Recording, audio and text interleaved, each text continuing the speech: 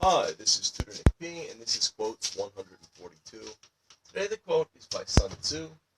Keep your friends close and your enemies closer. Yeah, I've heard this quote many, many times. I never really knew that it was from Sun Tzu before. I remember it more, like we'll get here later, like many Americans, I remember it from the movie The Godfather. But anyway, let's continue with the note. Sun Tzu is famous for writing The Art of War. Yeah, I do hear a lot of people talk about this book, even though this book is very, very old. It's thousands of years old. Many people still make reference to it, that he was a great strategist as far as fighting wars and fighting your enemy, how you should try to fight your enemy. So let's continue. He had many quotes about the importance of knowing your enemy. By knowing the enemy, you can know how to fight him, or if you should fight at all. Yeah, I mean, sometimes if the enemy is just too powerful, maybe it's not a good idea to directly fight him. Maybe you might have to take another strategy.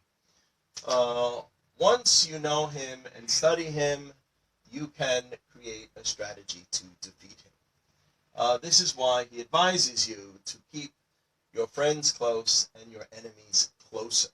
All right, let's continue here. Just like I said, many Americans may be more familiar with this quote from the Godfather movies. A Michael Corleone, played by Al Pacino. Yeah, so if you've ever seen any of the Godfather movies, Al Pacino was the main character that went through all of the Godfather movies. And of course, he had this quote in one of them where he said, also had this quote, and this is the quote. Yes, there are many things my father taught me here in this room. He taught me to keep your friends close, but your enemies closer. So obviously, probably the author of The Godfather, I think Mario Puzo, he probably got this quote from Sun Tzu, probably at some time. But anyway, many people remember it, and I hear this quote repeated a lot. It comes up in other movies too. Okay, so let's continue. I also heard this quote used in regard to Donald Trump when he first put his administration together. He chose a number of people who worked for big banks, such as Goldman Sachs, and people some might consider minions of the globalists. Well, minions are people who do other people's dirty work.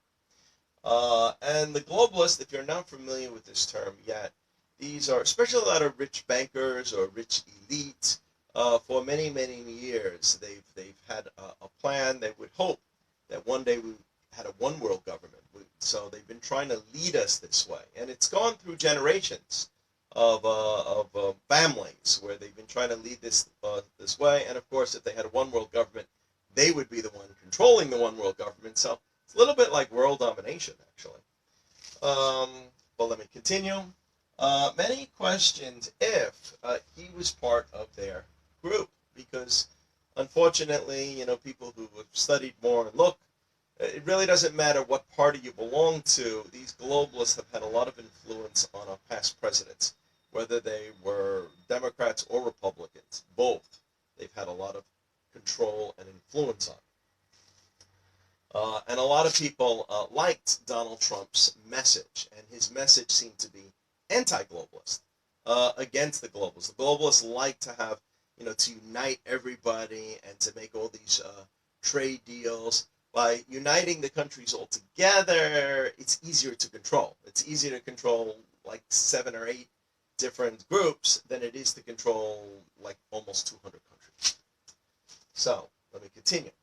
Uh, However, now it seems that most of them have been replaced. So even though he started with a lot of these guys, he has been getting rid of them one by one, one by one, one by one. There's not as many of them left anymore. The globalists who have great influence over the media still continue to have an overabundance of negative press against Donald Trump. So this might give you the impression that they still consider him to be an enemy of theirs. Because otherwise, if they didn't, they would be saying a lot of great things about him. You'd hear praises about him all the time. So this is why sometimes I think when I hear negative press about Trump, I'm actually kind of happy sometimes, because I think if he's really getting the negative press, then maybe he is true in what he says. Let's just hope so.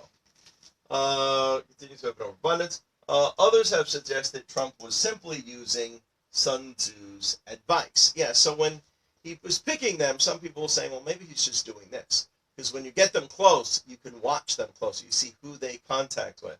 And within the government, there's a lot of ways to listen to these people, and there's a lot of ways to try to play and trick with them. Like, you give them certain information, and if this information gets out to somebody else, you know who is the leaker, who spilled it, who they're working with, what are their methods.